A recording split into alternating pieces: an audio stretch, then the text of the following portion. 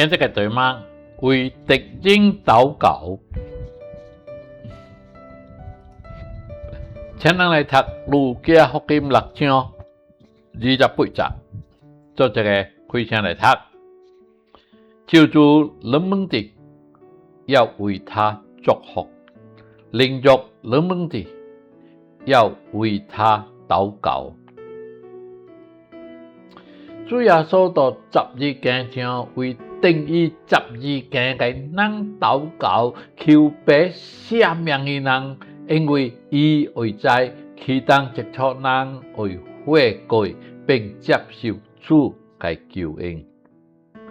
為敵人祝福嘅禱告，唔只能夠加增人屬靈嘅度量，叫人學習憐憫、忍耐嘅寬容，更能夠幫助人調整硬脈，從家己嘅委屈轉向帶領嘅心，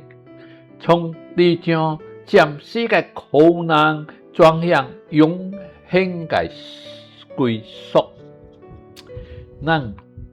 也是只對別人嘅本能嘅傷害，就如同自己委屈，如同如琢磨。當人轉眼仰望神，就到人處當得到希望，從此漸至傾嘅苦楚，推到永恆嘅榮耀。人常常低估神改變人嘅能力，到神方式導領，人總是抉擇嘅放棄一個人，對伊表示琢磨。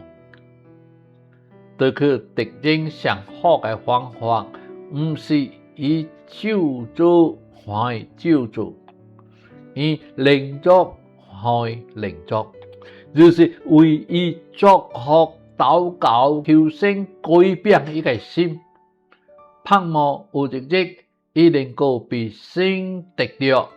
拯救，也蒙恩成為神嘅兒女，成為榮耀神嘅人，成為人嘅同工嘅朋友。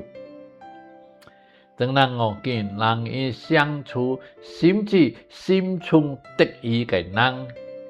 求主教導人，唔只有寬容嘅心，而且